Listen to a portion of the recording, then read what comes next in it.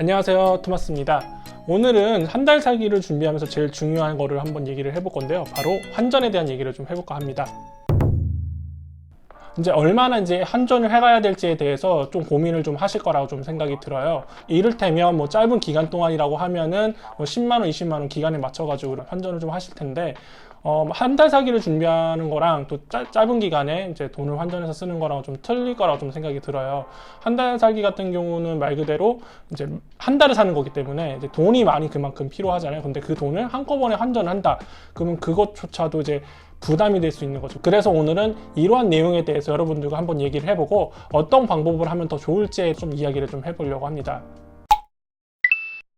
첫 번째로 달러에서 바트로 바꾸는 방법이 있을 수 있을 텐데요. 우리나라 같은 경우는 달러에 대한 환전 우대가 좋기 때문에 달러를 가지고 바트를 바꾸는 거에 대해서는 뭐 그렇게 큰 문제는 되지는 않을 것 같아요. 그런데 현지에서 달러를 바트로 바꾸려고 한다면 그거를 가지고 좋은 환전소에 가가지고 달러를 바트로 바꿔야겠죠. 그런데 그런 좋은 환전소를 또 찾기가 사실상 힘들잖아요. 그리고 거기에 대한 시간 비용적인 부분도 없지 않아 좀 소요가 되고, 그리고 지하철이라든지 뭐 택시를 타고 또 거기까지 가는 비용을 또 생각을 해보면 사실상 달러에서 바트로의 그 금액이 그렇게 좋다고 하기에는 좀 애매모호한 게 좀 있을 수 있을 것 같아요.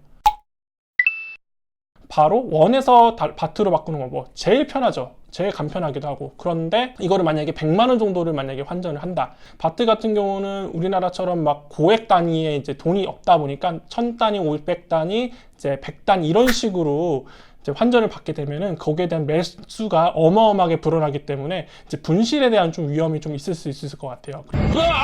그리고 그 매수도 이제 딱 정해져 있는 매수를 이제 환전소에서 이제 거슬러 주기 때문에 사실상 뭉칫돈을 받는다라고 생각을 하시는 게 제일 빠를 것 같아요. ATM기를 통해서 이제 현금을 이출하는 방법이 있을 수 있을 것 같아요. 제일 간단하기도 해요. 간단하기도 하지만 일단은 뭉칫돈을 받지 않고도 바트를 바로 받을 수 있기 때문에 사실상 이게 제일 간편한 방법이긴 하지만 인출을 할 때마다 수수료가 들기 때문에 그거에 대한 좀 부담감이 좀 없지 않아 있었을 거라고 좀 생각이 듭니다. 난 그 사실을 몰랐어.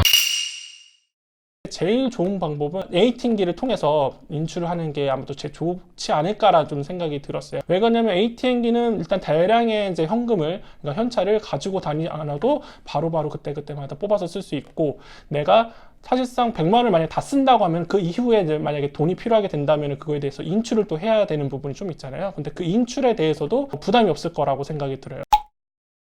수수료가 좀 덜 드는 카드를 써야 될지 여러분한테도 도움이 되잖아요. 저번 태국에서 썼을 때 카드가 EXK라는 카드를 가지고 제가 인출을 해봤어요.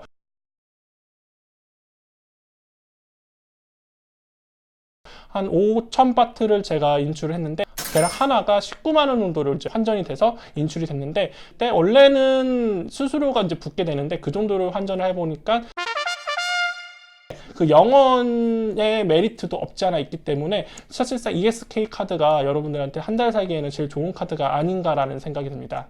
EXK 카드 같은 경우는 우리은행과 신한은행이 있기 때문에 이제 자주 이용하시는 은행을 선택을 해서 발급을 받으시면 되겠습니다. 단 계좌가 있어야 됩니다. 이미 태국을 한번 다녀왔기 때문에 어느 정도의 바트가 있는 상태예요. 한 1000바트 조금 있는 상태인데, 그러니까 비상용으로 제가 어느 정도의 뭐 달러든 바트든 이렇게 해서 준비를 좀 하고, 나머지는 EXK 카드로 이용해가지고 제가 그때마다 필요할 때마다 현금을 뽑아서 쓰면은 제가 어느 정도 좀 금액을 예측을 하면서 쓸 수 있지 않을까라는 생각이 듭니다. 도대체 얼마나 처먹는 게야? 여러분들은 어떻게 해서 준비하시는 게 더 좋은지를 잘 모르겠어요. 하지만 저 같은 경우는 일단 대량의 금액을 뽑아서 간다라는 것 자체가 일단 부담으로 좀 느껴졌었기 때문에 이거를 조금이나마 부담을 좀 줄일 수 있는 방법으로는 이 방법이 좀 더 좋지 않을까라는 생각이 들어서 여러분들과 함께 공유를 하려는 거고요. 다른 방법이 있거나 좋은 방법이 있으면 댓글로 달아주시거나 이 얘기를 해주시면 그 방법을 한번 저도 실행을 해보도록 하겠습니다. 방콕 갈 날이 제가 이제 얼마 남지 않았어요. 이제 이게 방콕 가는 편이 두 번째고 다음 세 번째가 마지막 편이 될 것 같은데요. 방콕에서 뭘 가져가야 되는 건지에 대해서 좀 이야기를 좀 해볼까 합니다. 그때까지 여러분 잘 지내시고 다음에 또 봬요.